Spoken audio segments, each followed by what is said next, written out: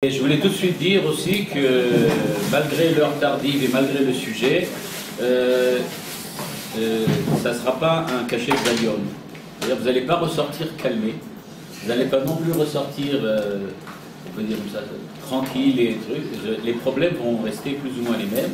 Et quand on parle de démocratie et de halakha, on va être obligé d'admettre qu'il y a un certain nombre de tensions qu'on ne peut pas résoudre directement, certainement pas en une heure, mais même quelquefois en plus qu'une heure. Donc je dis tout de suite, on ne va pas véritablement résoudre le problème de la démocratie et de la halakha. Ce serait déjà bien si on arrivait à le cerner, de voir de quoi on parle. Mais là, évidemment, si on veut essayer de parler du problème de démocratie et halakha, il y a énormément de thèmes et de sujets qui font partie de ce thème, de ce concept de démocratie et d'halakha, et on ne peut pas évidemment les traiter tous. Donc j'ai décidé, vous voyez que cette page, qui est une page résumée de 7 ou 8 pages,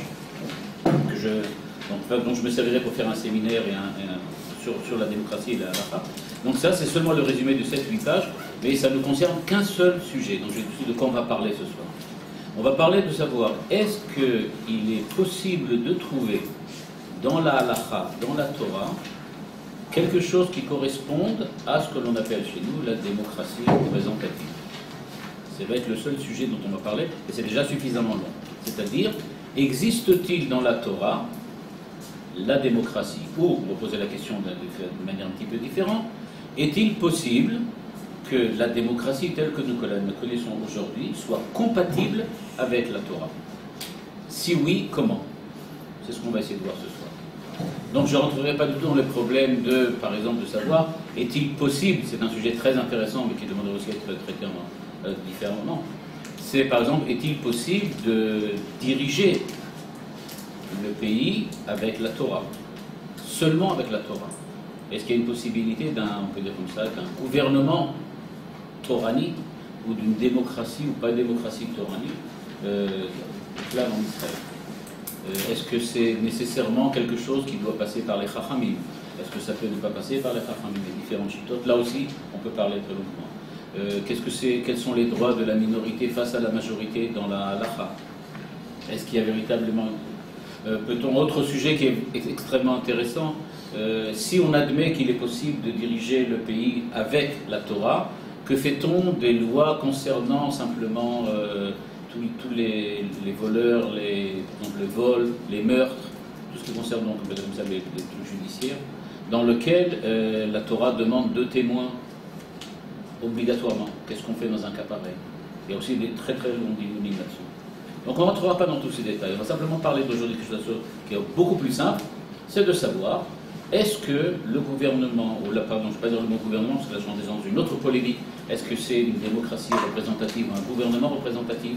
Je vous envoie aux écrits de Bernard Manin notamment, qui discute longuement là-dessus.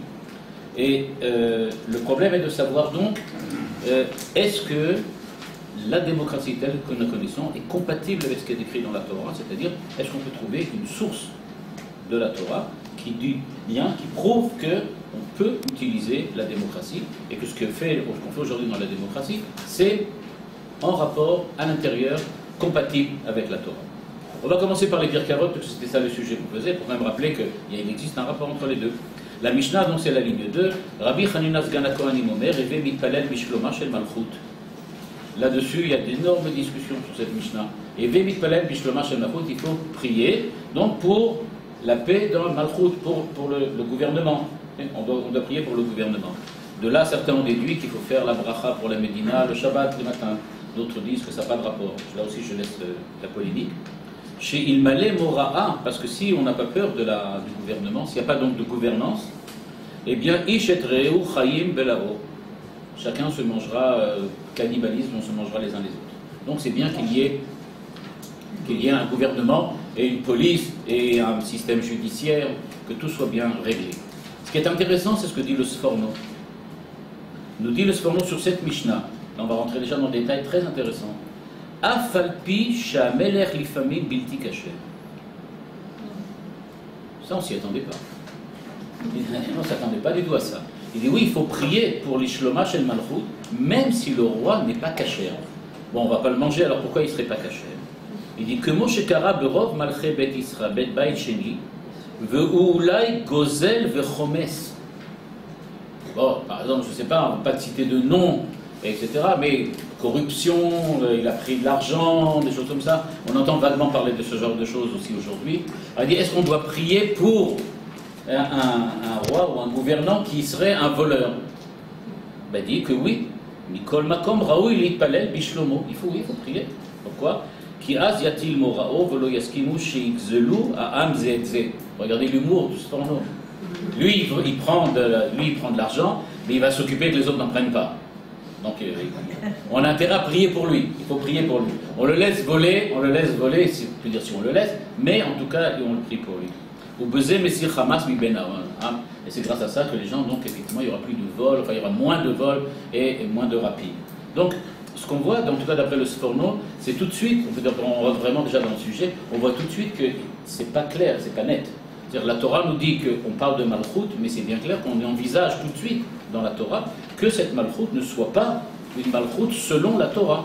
Puisqu'on a élu, enfin ils n'ont pas élu là, mais ils ont choisi, où il s'est imposé un roi qui était un voleur et un mécréant. Donc on voit bien que c'est tout à fait possible. On va commencer donc. Que se passe-t-il alors? Qu'est-ce qu'on doit faire alors vraiment pour pouvoir choisir ou pas choisir? On va commencer à faire ça petit à petit.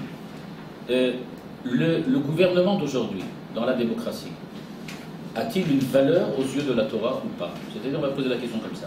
Notre gouvernement aujourd'hui, Benjamin Netanyahou et Rivlin et tous les ministres, etc., et la Knesset, est-ce que ça a une valeur ou pas? C'est-à-dire, est-ce que ce qu'ils font, c'est simplement une espèce de pis-aller de gens qui sont là, mais aux yeux de la Torah, ça ne représente rien. Ils ne représentent rien du tout. Ou bien on admet que ça a une véritable valeur au niveau de la Torah. Je vais juste ramener une seule des 5 chitotes, les 5 avis qui parlent de ce sujet-là. J'amènerai ici le Rav Kook et ensuite le Rav Israeli. Et après ça, on va essayer de développer, d'après eux, qu'est-ce que ça donne. Mais je vais ramener donc surtout cette avis-là pour qu'on puisse rentrer dans le sujet. Et il existe encore 4 autres avis qui expriment pourquoi, en fait, on peut admettre que la Torah soutient, on peut dire, le régime démocratique. Je commence à lire tout de suite là où c'est écrit en caractère gras, sinon on n'aura pas le temps de tout finir. Nous dit le Rav Kook, Bizman sheyesh navi beIsraël, gam bediavad en melech omed belo navi, abal keshe'en navi, az ma'amidim al pi bedin agadol. Il commence par nous dire qu'il y a des Gemarot très célèbres qui disent qu'on ne peut pas, et le Rambam le cite la Halacha, on ne peut pas prendre un roi s'il n'a pas été choisi par le Sanhédrin et par un prophète. Nous dit le Rav Kook, c'est une erreur de croire que c'est une condition sine qua non pour nommer un roi. Alors, dans quel cas on choisit, ou c'est le Sanhédrin qui choisit le roi, c'est si jamais il n'y a pas de prophète. Donc il n'y a pas deux avis. Il ne faut pas et le prophète et le Sanhédrin. Mais a priori, il faut ou l'un ou l'autre. Donc ça diminue déjà les chances, enfin peut dire les chances, ça augmente les chances de la Knesset. Parce que la Knesset, pour le moment, il n'y a pas encore de prophète, et de Sanhédrin, pas non plus. Donc, a priori, donc, il ne faut pas les deux, dit le Rav Kook. Un seul suffit. Bon, et alors? On n'a pas de prophète, on n'a pas non plus de Sanhédrin, donc a priori la Knesset, ça ne marche pas. Et il continue. Aval kesheyesh ikuv ve'en omed melech mivet David. Supposons, dit-il, qu'on n'est pas de roi de la descendance de David, que chez Kvar nifseka shalshelet hayerusha mikama dorot al yedei hagalut velo nitbarer mihu hazocher hashevet al kitzeh. En gros, on ne sait pas qui on va nommer, puisqu'on ne sait pas qui on peut nommer. Donc, on ne peut pas. Dit le Rav Kook, ma'amidim gam belo navi el alpi beddin. À ce moment-là, qu'est-ce qu'on fait? Eh bien, on ne peut pas prendre, il n'y a pas de prophète, il n'y a rien, alors qu'est-ce qu'on fait? On prend le beddin. Et il dit voilà, un exemple qui a déjà eu lieu. Comment les rois des Hashmonaïm, Matatiaou, etc., comment ils sont devenus rois? On dit qu'il y a toute une chouchelette, des Hashmonaïm. Comment sont-ils devenus rois? Par le Beddin de l'époque. À l'époque, il y avait un Beddin, le Beddin les a choisis. Et nous alors, il n'y a pas de Beddin. Donc on n'est même pas des Hashmonaïm. Alors qu'est-ce qu'on est? Vechutz mize nirim advarim, dit le Rav Kook. Il utilise le terme nirim advarim. C'est-à-dire que c'est son avis personnel. On verra que ça a une importance. Chez Bisman, chez En Melech, c'est aujourd'hui, il n'y a plus de roi, du tout. C'est pas qu'on ne sait pas qui est le roi, il n'y en a pas, du tout. Kevan chez Mishpatei Amelucha, ou Gamken ma shenogea le matzav haklali shel hauma, chozrim הזכויות של המשפטים לידי האומה בכללה. Et là, il apporte un chidouche énorme. Et il dit, étant donné qu'on sait qu'il existe une différence entre le roi et un citoyen quelconque, c'est-à-dire qu'il y a un certain nombre de lois qui sont valides pour les citoyens, mais qui ne le sont pour tous ceux qui sont dans le pays, mais qui ne sont pas valides pour le roi. Le roi a le droit de faire un certain nombre de choses qu'un citoyen courant n'a pas le droit de faire. Donc il dit toutes ces choses particulières qu'un roi a le droit de faire. Il dit en fait, quand il n'y a plus de roi, ces lois-là, qui permettaient par exemple de sortir en guerre, de pouvoir dire donnez-moi vos enfants de 18 ans, je les utilise comme soldats pour aller faire la guerre. J'ai le droit de poser des impôts, j'ai le droit de vous dire que je ferme dorénavant telle route et telle rue, j'ai le droit de faire telle et telle chose. Toutes ces choses-là qu'on peut faire sous la force de l'État, sous la force du roi, ce qu'on appelait le roi à l'époque.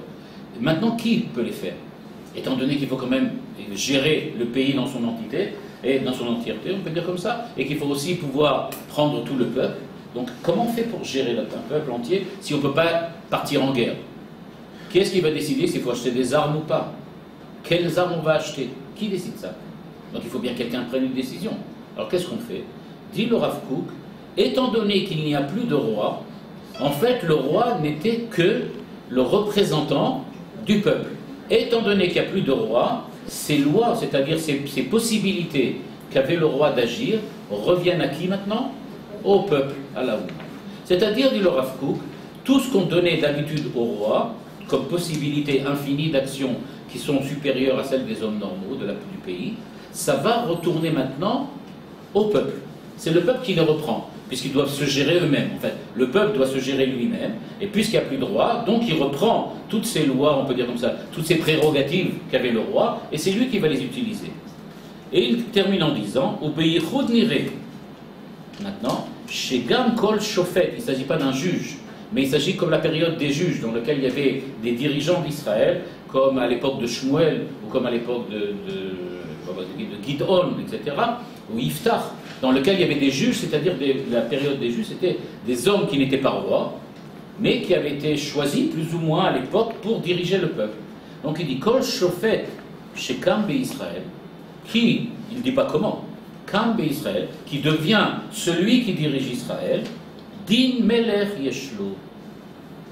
Il prend pas le titre de roi, mais il prend les prérogatives du roi. C'est-à-dire que si on décide de nommer quelqu'un à la tête du pays, il va prendre une partie, il ne dit pas toutes, les Inyan Kama Mishpata Melucha, il dit il va prendre une partie des prérogatives du roi, parce qu'il y en a certaines qui n'ont peut-être pas besoin, il a le droit de se marier avec plusieurs femmes, etc. Bon, ça, il n'y a pas besoin qu'il le prenne. Mais il dit, Beichud, ligne 21, Mashenogea, le Anagat, Akla. Tout ce qui concerne la direction du pays en tant que tel, ça revient à celui qui dirige le pays. En gros, qu'est-ce que dit le Rav Kook? Évidemment, il ne pouvait pas parler de notre pays à nous, puisque à son époque, quand lui est mort, de toute façon, il n'y avait pas encore Médinat Israël, il est mort en 1935, donc il ne pouvait pas connaître. Donc lui, ce qu'il parle, c'est d'un point de vue purement théorique. Il dit, si en fait, on se trouve dans une situation dans laquelle on aura un pays, et que ce pays, il va falloir nommer un dirigeant, eh bien, il va prendre une partie des prérogatives du roi, ce qui revient à dire qu'aux yeux du Rav Kook, le président ou le premier ministre a quelque chose du roi, de la Torah. Donc, il y a quelque chose, c'est caché. On va dire comme ça, c'est caché. On a le droit, donc, de prendre un président ou de prendre un premier ministre, tout dépend comment on va le nommer, ou on va le voter, et il va devenir, d'une certaine manière, avoir certaines des fonctions du roi, et donc, parce qu'il a ces fonctions, il a aussi les prérogatives, il a le droit de faire un certain nombre de choses que le roi avait le droit de faire. Bon. Mais enfin, là, le Rav Kook, c'est la théorie, parce qu'il n'a pas pu en parler. Et donc, il a écrit ça en 1915. Donc, évidemment, il ne peut pas parler de Médinat Israël. Beaucoup plus tard, le Rav Israéli, qui était un de ses élèves, enfin, si on peut dire, qui était à Merkaz Arabe, en 1949, a écrit un livre entier, de Shoot, de Sheila Touchouba, un responsable, et dans ce responsable, il a parlé notamment de ce problème-là, ce qu'il appelle la Mouda Yemeni, qui est précisément de qu'est-ce que ça serait la Médina avec la halakha. Et voilà ce qu'il nous dit, on ne va pas tout lire, et je vais commencer à la ligne 25. Il nous dit, Nire le fiani uddati. Et il cite le Rambam qui dit qu'il faut nommer le roi. Shekol dino shel Rambam le'inyan melech lo ne'emar ela kshenitmana shelo mida'at ha'am velo al yedei bechira mi'adam וזה צריך נביא בסנהדרין של 71. לא זה לא חל המינוי.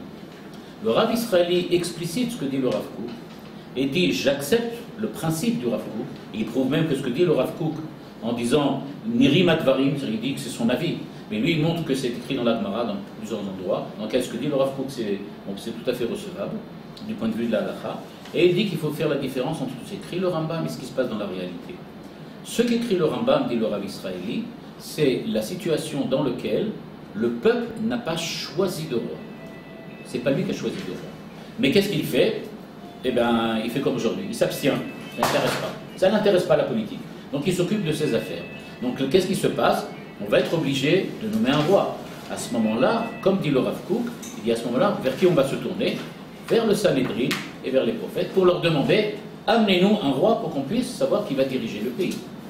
Mais dit-il, כי מכיוון שישררה על הציבור, לא ייתכן שיוכל מי להרכיבו עליהם אם לא בהסכמת הנבואה ובית הדין הגדול. Puisqu'il s'agit de diriger le pays, et que le pays, pour le moment, ne s'intéresse pas de savoir qui va le diriger, il faut quand même que ce soit quelqu'un de responsable qui le fasse. Et donc quelqu'un qui soit aussi, on peut dire, en rapport avec le public. Okay.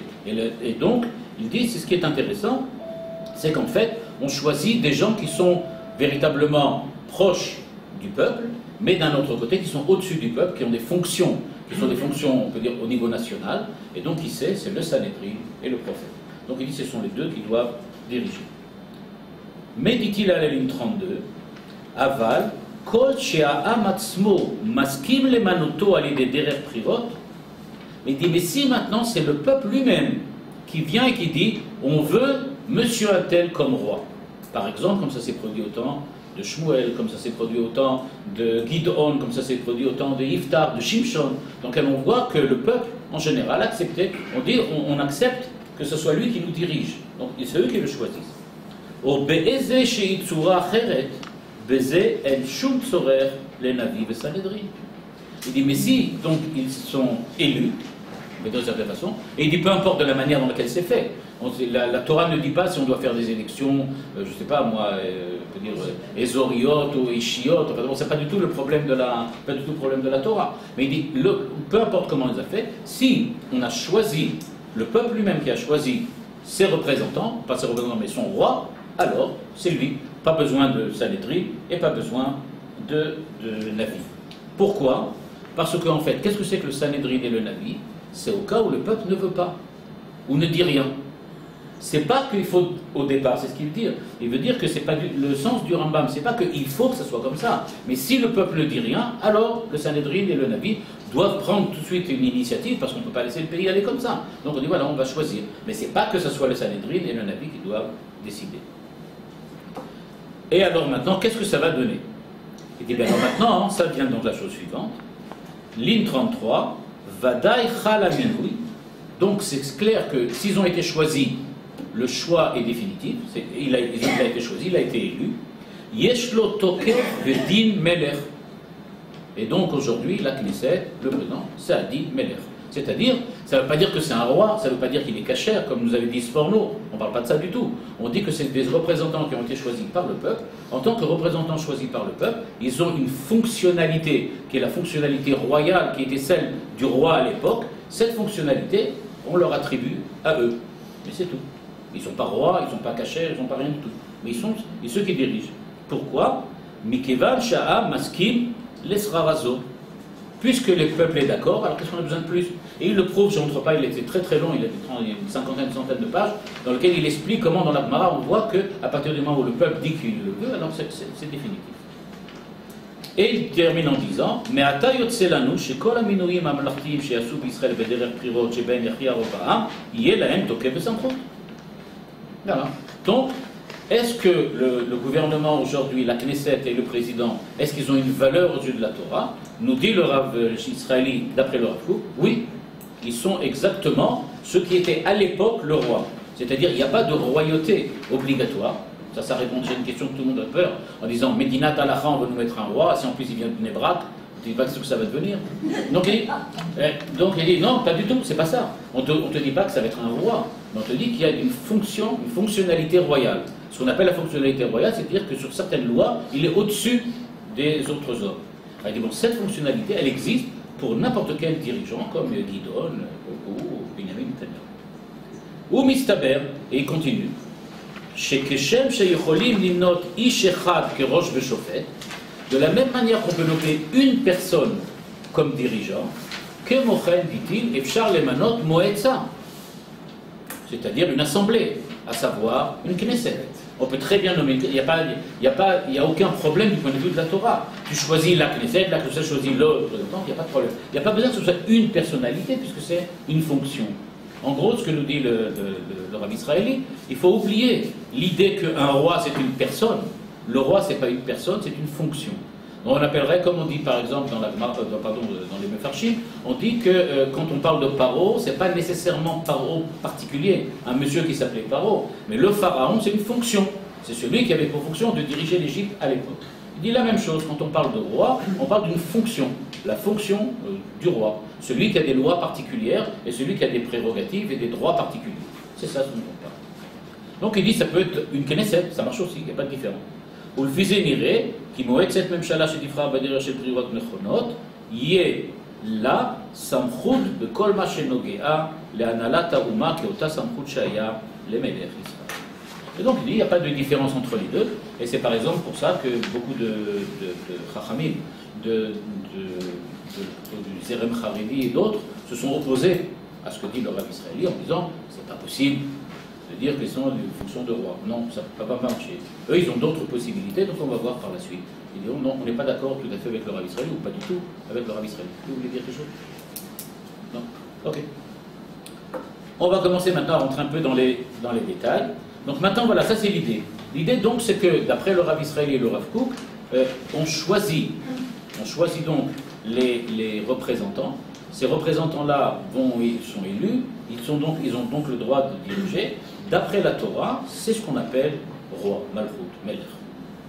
Donc c'est pas un problème, il existe la démocratie, ça peut fonctionner dans la Torah aussi, puisqu'on a trouvé une place ilchatique, on peut dire comme ça, pour le roi et pour la Knesset. Maintenant on va rentrer un petit peu dans les détails. Ok.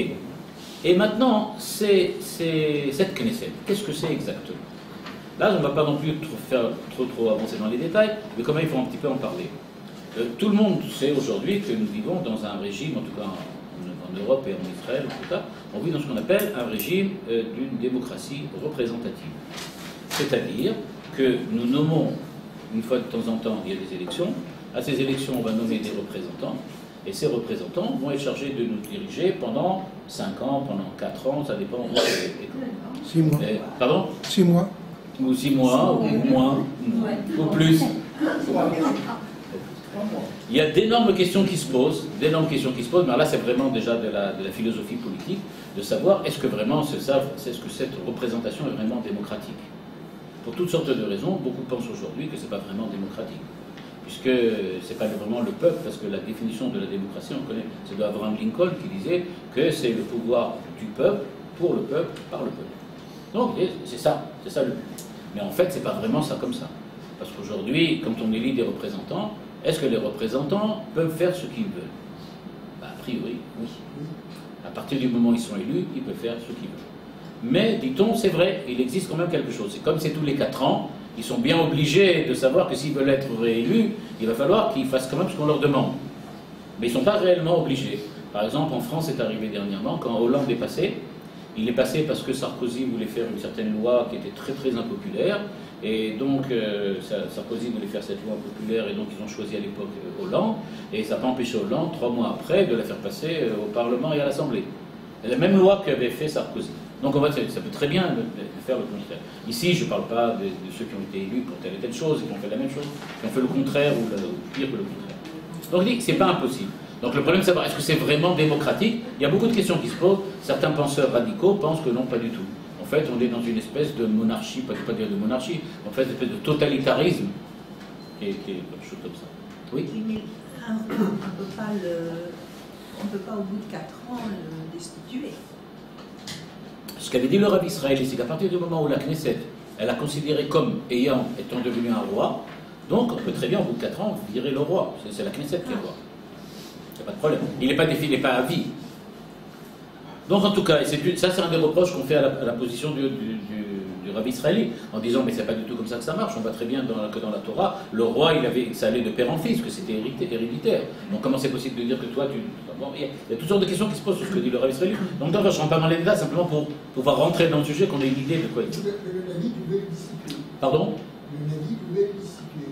Le Navi pouvait destituer, non, il pouvait dire que Dieu allait le destituer. C'est le cas de ce qui s'est passé avec Yerovam, il n'a pas été vraiment destitué, il a continué. Il a continué à être Chavav et Yerovam, tous les deux ont continué. Simplement, ce qu'a dit le Navi, Shmuel, il a dit, Shmuel, non, Shaoul, pardon, il a dit Shaoul. Mais il n'a pas été destitué vraiment. Il y a eu une période de Khafifa et ensuite c'est David qui est passé. Pardon? Il est mort à la guerre. Il est mort à la guerre. Ok, le Rav Ben Sion Meir Chai Uziel, dans un livre qui s'appelle Mishpate Uziel, dit la chose suivante. Il dit Anshe Ha'ir, et regardez bien, vous allez voir tout de suite la différence. Et il n'est pas d'accord avec le Rav israélien. Et on va voir une nouvelle position, quelque chose d'un peu différent. Il dit Anshe Ha'ir, Shenifcharim al yedei kol, Ish ve'isha, me'atzibur la'analat ha'medina, הרי כאילו פירשו שנותנים להם סמכות מפורשת לעצם החוק שיתקבל על ידי הנבחרים וברוב דעות. Nous dit le Rav Ben Sion Meir Chai Uziel, il ne va pas tellement accepter l'idée de la malchoute, de dire qu'on va donner une position, je ne sais pas comment ça, absolue à la Knesset. Il dit c'est complètement différent, c'est pas ça. Il dit qu'est-ce que c'est une Knesset? Alors regardez bien. Il dit en fait qu'est-ce qui se passe? Quand il y a des élections, qu'est-ce qui se passe aux élections? Eh bien, tout le monde, enfin ceux qui veulent, vont voter. Ceux qui s'abstiennent, c'est une manière de voter aussi. Ça veut dire que peu importe ce que les autres vont décider, eux ils sont d'accord. Donc en fait, on assiste à quoi? On assiste donc en fait, à chaque fois qu'il y a un vote, peu importe la participation, et je dis c'est très important, c'est pas comme dans la Vad Baït, dans laquelle il faut la majorité, là il n'y a pas besoin. Donc il dit, peu importe la participation, ce qui se passe là, c'est que tout le monde accepte à l'avance le résultat des élections. C'est bien pour ça qu'ils ont été votés. Donc ils ont été votés, ça veut dire qu'ils sont d'accord à l'avance pour accepter le résultat des élections, quel qu'il soit. Sinon ils n'auraient pas été votés. Même s'ils n'ont pas été votés, ben, c'est pas grave, ils ont accepté, sinon ils auraient fait autre chose, ils seraient partis ailleurs. Donc il dit, s'ils sont là, il dit donc, tous ceux qui ont été élus, nous dit le Rav Uziel,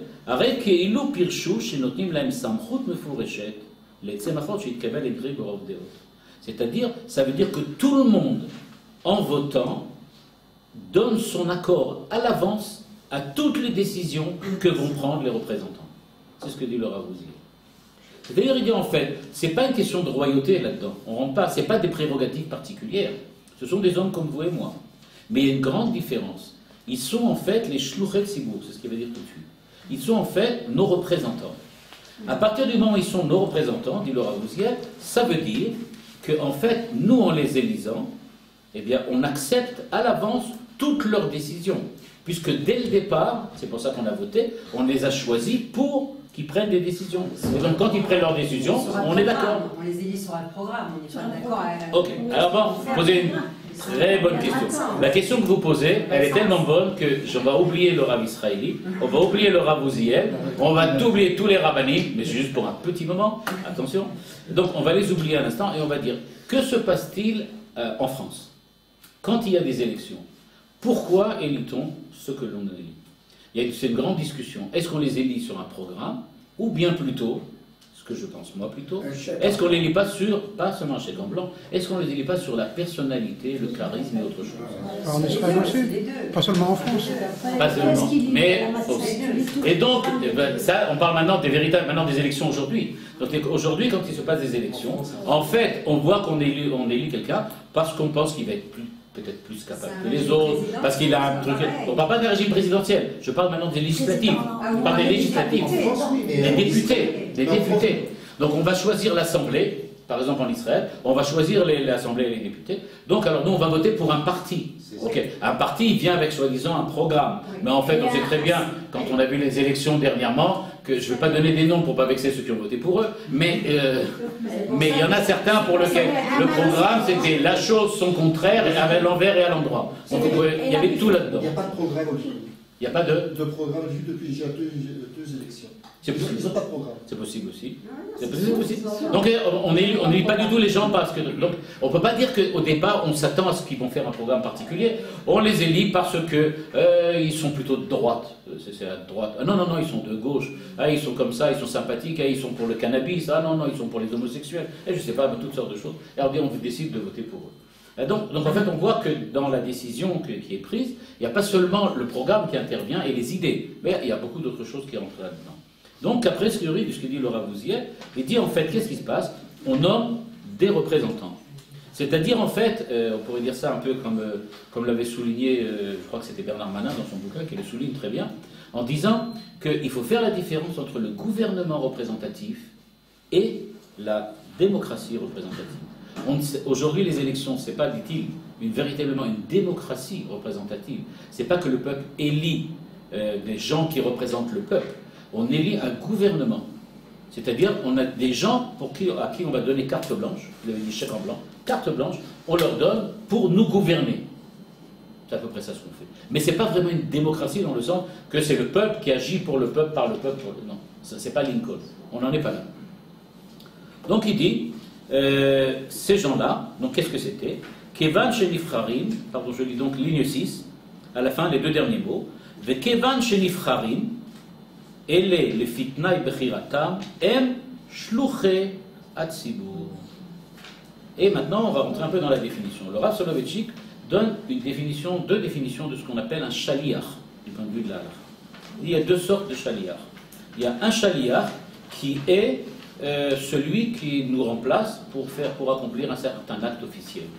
Je ne peux pas aller, je ne sais pas moi, me marier, donc j'envoie un chaliard qui va aller transmettre la bague à la jeune fiancée, et il va la marier là-bas, et elle va revenir, elle est ma femme. Bon, ça c'est ce qu'on appelle donc un chaliard, donc simplement, il me représente, c'est-à-dire qu'il est à ma place. Moi je ne peux pas y aller pour toutes sortes de raisons, c'est quelqu'un d'autre qui va à ma place.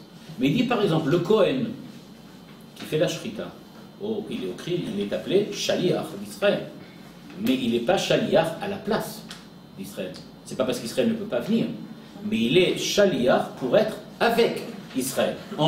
C'est-à-dire qu'il est celui qui fait ce que moi j'aurais voulu faire. Mais bon, on ne va pas tous se mettre autour de la vache pour la couper. C'est absolument impossible. Alors qu'est-ce qu'on fait? On va en choisir un parmi tous, le Kohen, et c'est lui qui va faire la shrita. Mais c'est pas qu'il est là parce que nous on ne veut pas être là-bas. Au contraire, il faut qu'il y ait là-bas une représentation aussi d'Israël au moment des korbanot. On ne peut pas simplement que ce soit lui qui soit là-bas. Donc c'est deux sortes de chaliar. Quel chaliar est donc le député? Est-ce qu'il est à notre place ou bien il est avec nous pendant qu'il agit? Pardon? A priori, il aurait dû être comme le Kohen. Il aurait dû être comme le Kohen. C'est-à-dire, il est nous, mais comme nous on ne peut pas tous être là-bas, donc on en a choisi un qui nous représente, mais a priori il devrait nous représenter nous. Et on verra que ça pose des problèmes certains. Donc il devrait nous représenter nous. Mais de fin de compte, comment il devient le chaliar? Il devient un chaliar représentatif. C'est-à-dire, il nous représente et il n'a plus aucun compte à nous rendre, sauf dans 4 ans. Dans 4 ans, il nous rendra des comptes. Donc on espère que le fait qu'on puisse émettre des critiques sur ce qu'il fait et qu'on puisse faire des manifestations, ça fait partie de ce que Bernard Manin aussi appelle les choses qui sont indispensables à la démocratie, le fait qu'il y ait la liberté de la presse, la liberté d'association, le fait qu'on puisse le critiquer, que les élections soient pas comme, je ne sais pas, en Russie ou en Corée du Nord, dans lequel c'est une fois tous les 50 ans, ou je ne sais pas quoi, ou en Égypte maintenant, dans lequel le président a été élu maintenant jusqu'en 3500, je ne sais pas combien, quelque chose comme ça, donc dans lequel il n'a aucune... Donc, c'est pas ça. Donc ça s'appelle pas une démocratie si les élections c'est une fois tous les 100 ans. Mais disons, il faut qu'il y ait relativement souvent, donc il faut qu'il y ait ça, mais d'un autre côté, on aurait bien aimé il soit vraiment chaliard dans le sens avec nous, pour nous, mais en fait, c'est pas toujours le cas. Et comme dit ici le Rav Uziel, il se peut très bien, regardez bien comme il dit, Achlatatam hi ki'ilu na'asta be'askamat hakol. Le Rav Uziel va, selon la première définition du Rav Soloveitchik, et il dit, il n'a plus aucun compte à nous rendre. À partir du moment où il a été élu, c'est lui qui décide. Donc il ne s'agit pas, nous dit le Rav Uziel, de ce que pensait le Rav israélien.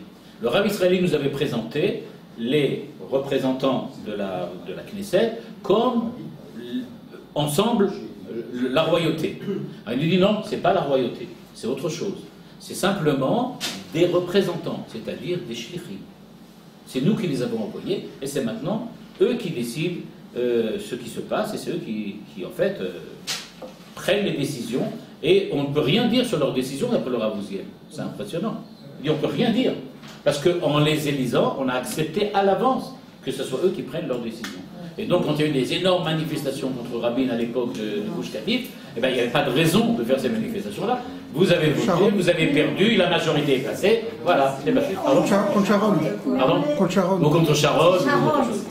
Mais on les a élus selon un programme pour qu'ils puissent faire, réaliser ce que nous, on veut. Mais quand ils ne font pas ça, ils ne font pas le programme. Ce que j'avais expliqué à la dame, le programme, c'est vrai qu'ils ont présenté un programme, mais à partir du moment où ils sont élus, ils sont nos représentants.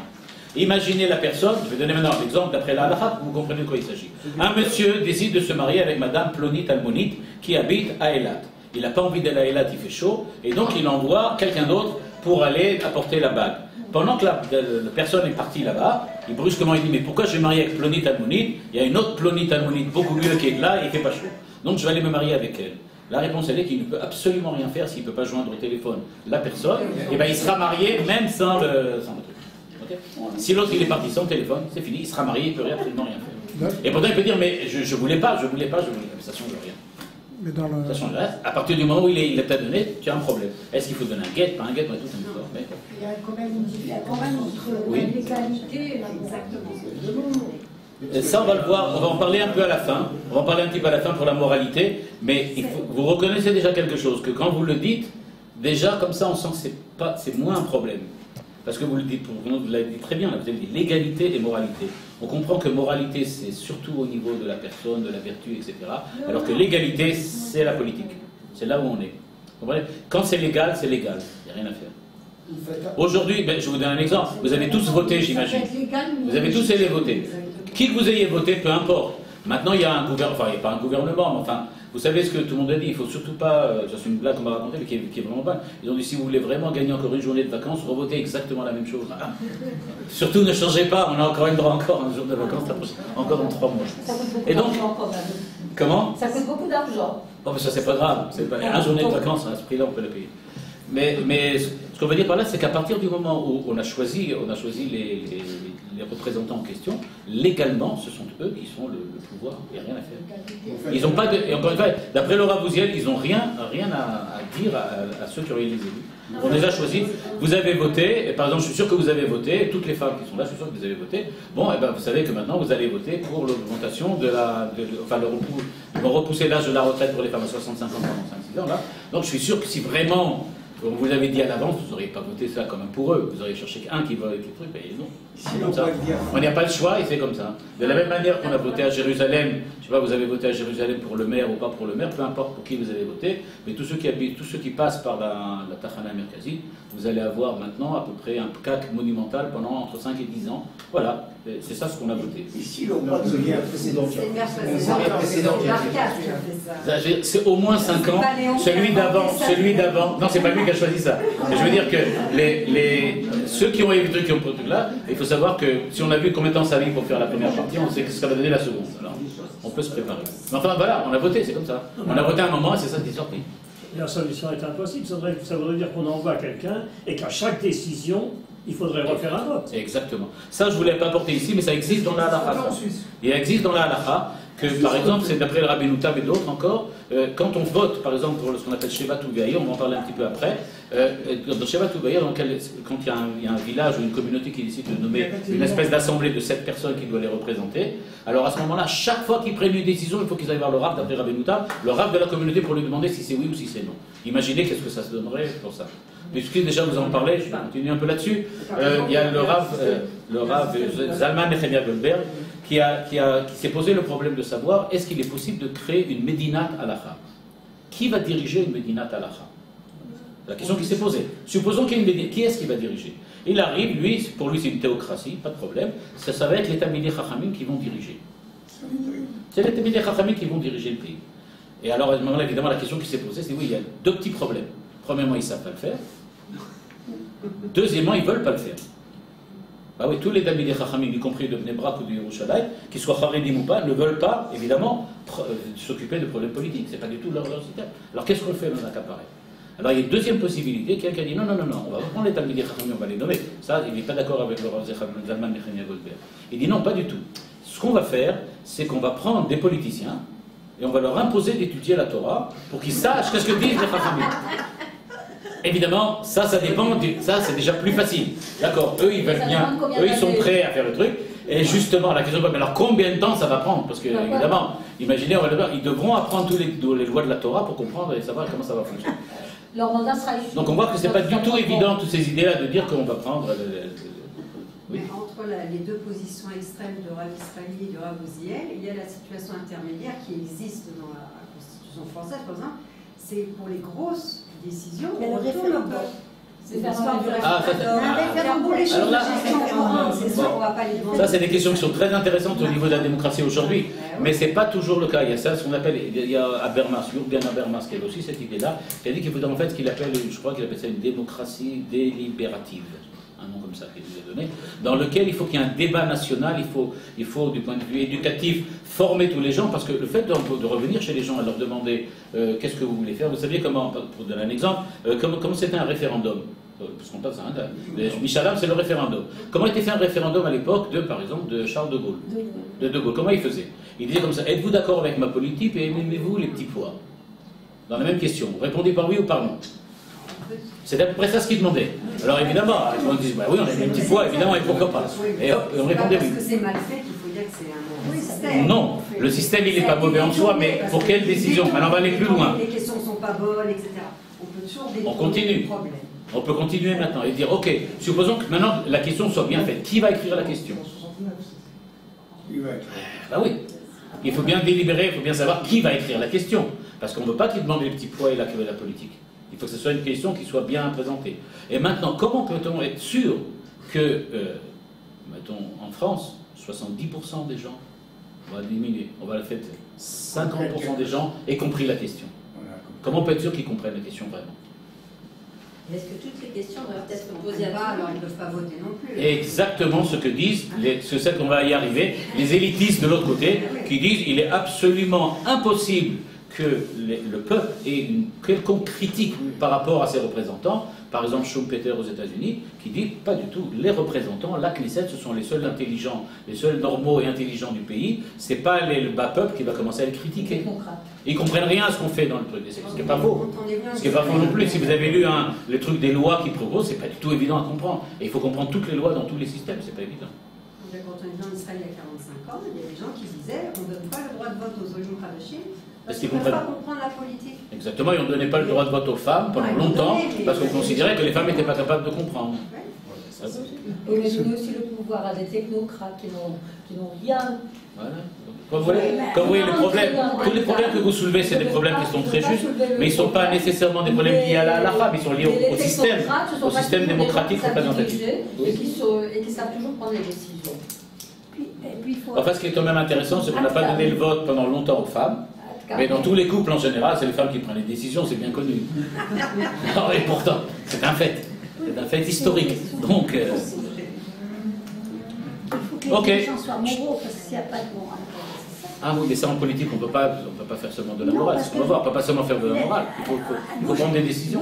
Quand la décision est prise par le Likoud avait voté contre le parti. Mais Sharon, il n'a pas écouté. Il avait ce qu'il a voulu. C'est intérieur. Oui, mais c'est lui, il était. On n'a pas voté pour Sharon, on a voté pour le Likoud. Sharon a créé un nouveau parti. Oui, exactement, il est parti. C'est la majorité. C'est le jeu politique. Vous voulez demander quelque chose?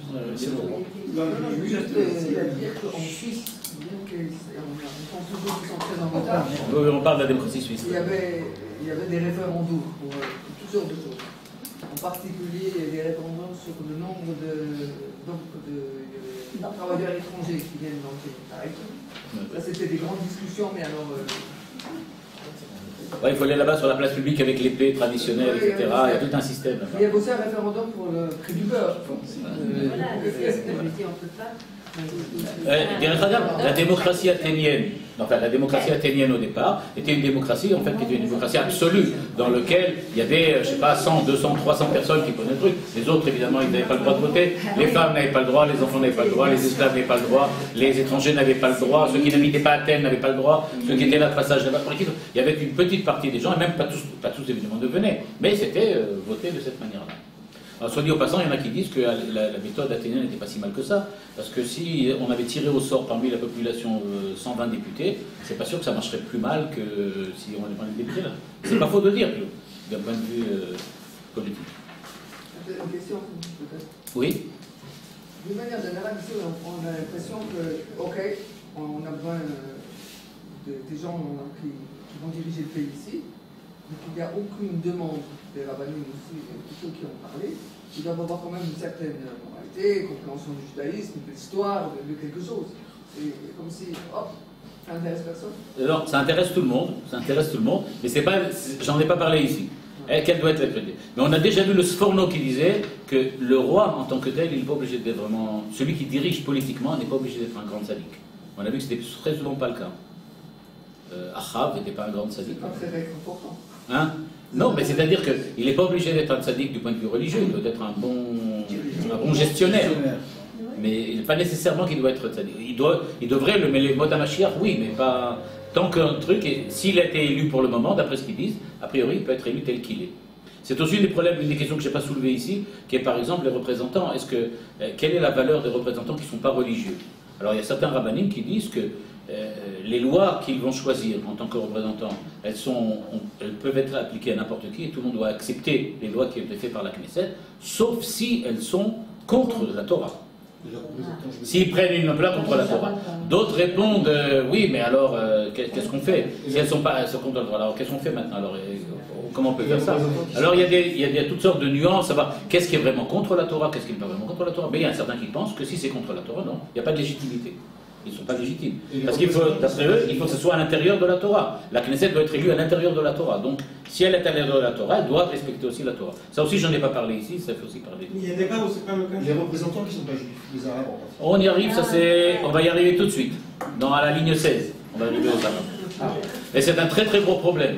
Par exemple, un des problèmes puisqu'on en parlait, du Rav Zalman Nehemia Goldberg, auquel il ne se mesure pas du tout. Il n'en parle pas du tout, mais que celui qui est son opposant, lui, il lui pose la question, et il lui demande, il lui dit, mais maintenant que tu es dans le pays, tu dis qu'il va falloir une théocratie, etc.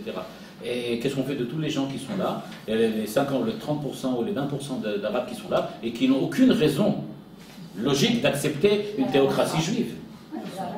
Qu'est-ce qu'il fait? La halakha, pourquoi devrait-il accepter la halakha? Donc ça, c'est une question. Et on lui pose aussi le problème des femmes. Qu'est-ce qui se passe avec les femmes? Il n'en a pas non plus parlé.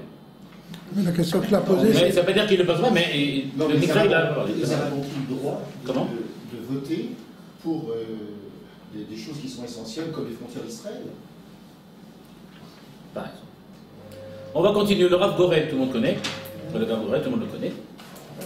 Et il nous dit, lui, dit encore une autre idée. Il nous dit, qu'est-ce que c'est la Knesset en fait? Il nous dit la chose suivante. Amaskana Aolahi, donc encore une fois, c'est un long truc dans lequel il explique, il ramène des sources, etc. J'ai enlevé tout, j'ai pris juste les conclusions pour pouvoir voir les idées. Et il nous dit la chose suivante. Amaskanahi, Shegam Bemloch Melech Be'Israël Va'af Mibet David, Banouya Shilton al Yesod Shutafut Shel Kol Ha'ezrachim. Lui, il arrive à la conclusion que même à l'époque de la royauté vraiment, c'est-à-dire à l'époque de David, à l'époque de Shaoul, c'était pas seulement le roi tout seul qui décidait, mais il y avait avec lui des représentants du peuple qui eux aussi avaient le droit d'apporter leur avis et de discuter avec lui. Umimeile kol mishpate shutafut tkefim. Ma'amad shel shutaf perusho kol she'ar hashutafim arevim lo kamuvan gamu arev lahem. Et dit donc de la même manière qu'à l'époque du roi, il y avait donc une espèce d'association, en fait, on peut dire, qui dirigeait le pays, le roi plus d'autres représentants là-bas. Donc en fait, le roi acceptait ce que disaient ses associés, les associés disaient le roi, et il y avait donc une espèce de symposium comme ça, qui prenait les décisions. Il en déduit donc, Achakika bebet anifcharim na'aset al yedei ha'am. Toutes les lois qui sont légiférées, oui. Par le peuple, ok, par l'Assemblée, ok, c'est donc par le peuple lui-même, puisqu'ils sont les représentants. Kianifrarim Yaskim Edrova, donc c'est le peuple. Dinam Keshlicham Shel Abocharim, il est d'accord avec le Rav Uziel. Ce sont les représentants du peuple. Al-Pi Klal Gadol Batorah, Shlucho Shel Adam Kemoto, comme le dit le Rav Soloveitchik dans son première interprétation, à savoir qu'ils sont shlichim, à savoir qu'ils remplacent le peuple. C'est fini. Le peuple les a nommés, il les remplace.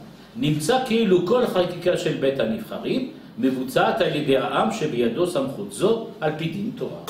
Et donc, dit-il, la valeur que ont la Knesset, c'est pas parce qu'ils sont seulement les représentants du reste des Juifs et des gens qui sont en Israël, mais c'est parce qu'ils sont aussi shutafim, associés.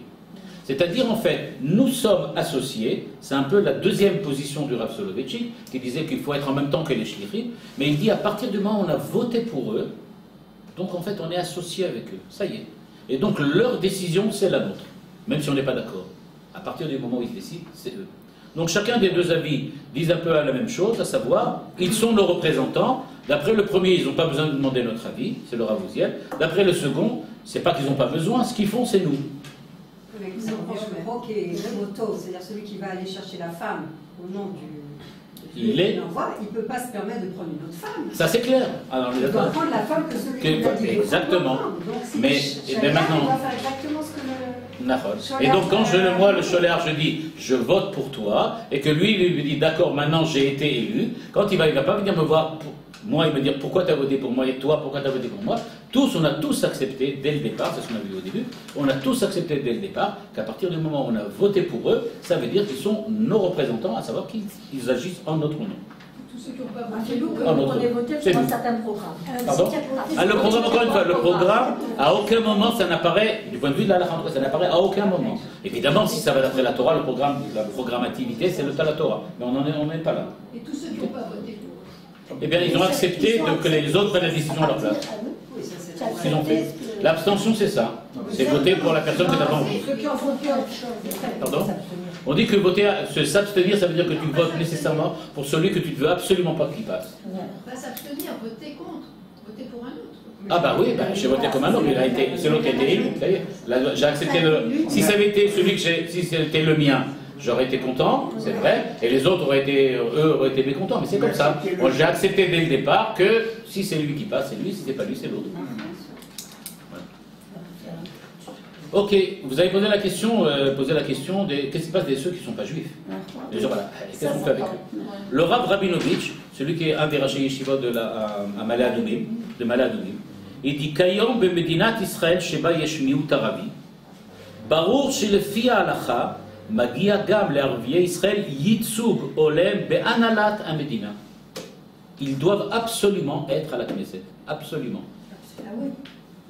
Étant donné que, on revient en arrière, ce sont nos représentants, ce sont nos associés, donc il n'y a pas de raison que les autres qui habitent ici et qui ont la nationalité n'aient pas aussi leurs représentants et leurs associés. C'est tout à fait normal qu'ils aient une représentation et on ne peut absolument pas leur dénier le droit d'être représentés à la Knesset, même si on n'apprécie pas toujours leurs avis. Parce qu'ils sont citoyens, mais le problème c'est qu'ils sont citoyens.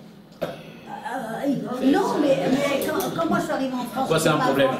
Et on ne m'a pas fait française, je n'avais pas le droit de voter. On n'aurait pas dû leur donner la nationalité. Bon, aujourd'hui ils sont français aussi, ils votent là-bas. Là-bas aussi ils ont des Arabes qui votent. Ligne 17, qui gam em shutafim meleim adamida meravit shashutafut yechola lagia. Il dit au maximum, ils ont exactement les mêmes droits que les Juifs ici. Il n'y a aucune raison de cette chose. Ah mais ça c'est parce que la Knesset a accepté que ce soit comme ça. C'est vos représentants à vous qui ont fait ça. Je veux dire, c'est nos représentants qui ont fait ça, on ne peut rien dire. C'est comme ça. On a fait ça comme ça.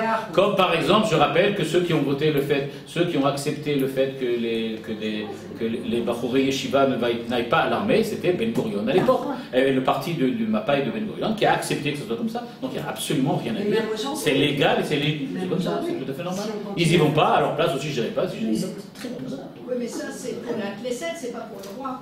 Pardon? C'est pour la Knesset, mais pas pour le président, le roi. Mais le président, bon, chez nous, c'est pas tellement. C'est pas comme aux États-Unis, c'est un peu différent que les États-Unis. Mais bon, mais même quand on est élu. Le roi, c'est la Knesset. Bah oui, d'après ce qu'il disait, c'est plus ou moins comme ça. Encore une fois, je dis, hein, le Rav Uziel et le Rav Goren ne disent pas exactement que c'est un roi. Il dit bien clairement que ce sont des représentants. Donc c'est pas exactement un roi, hein, c'est pas la même chose. Il dit bien que c'est un petit peu différent. C'est pas exactement les mêmes privilèges.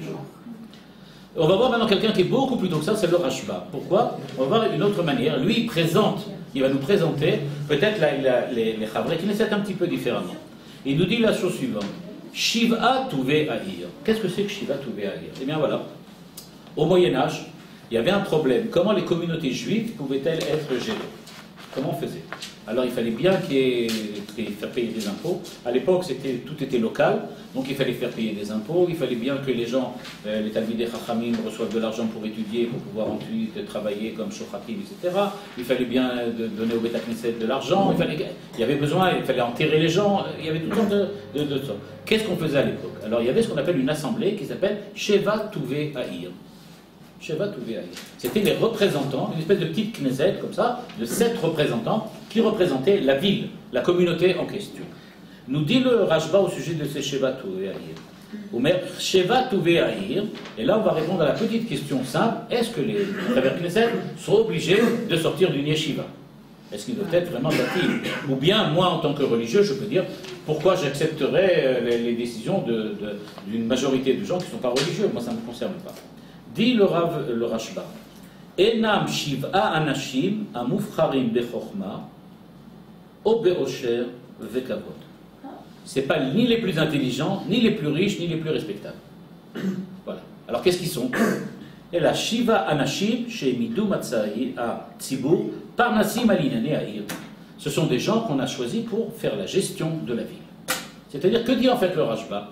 On ne cherche pas chez les Sheva Touvé Ahir, des qualités qu'on aurait peut-être demandé du roi, ou qu'on aurait demandé d'un avis ou de quelqu'un du Sanhédrin.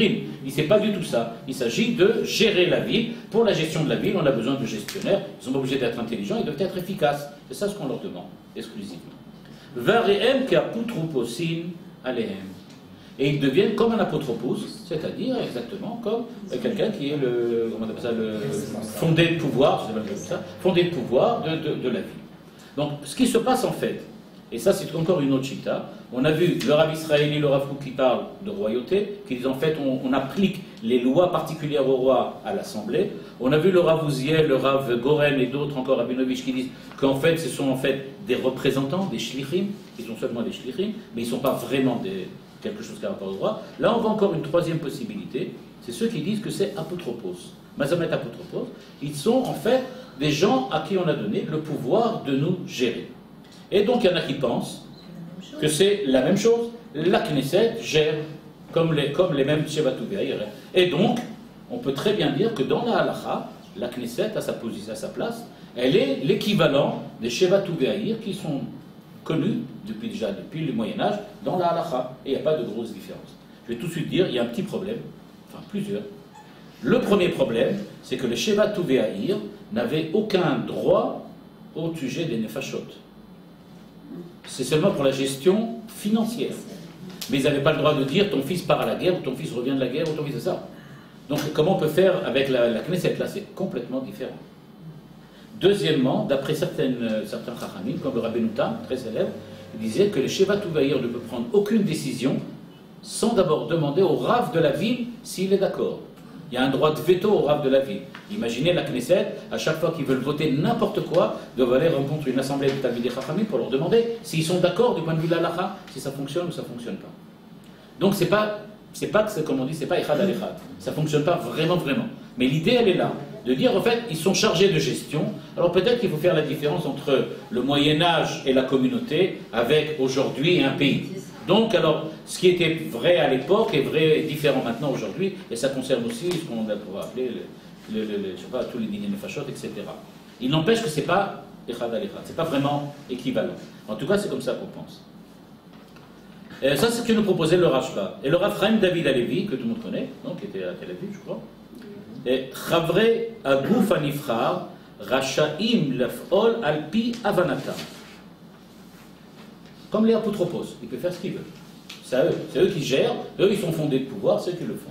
Ach, Zot Beofen, Shenire Be'enehem, Ketov Veratsui Latzibur.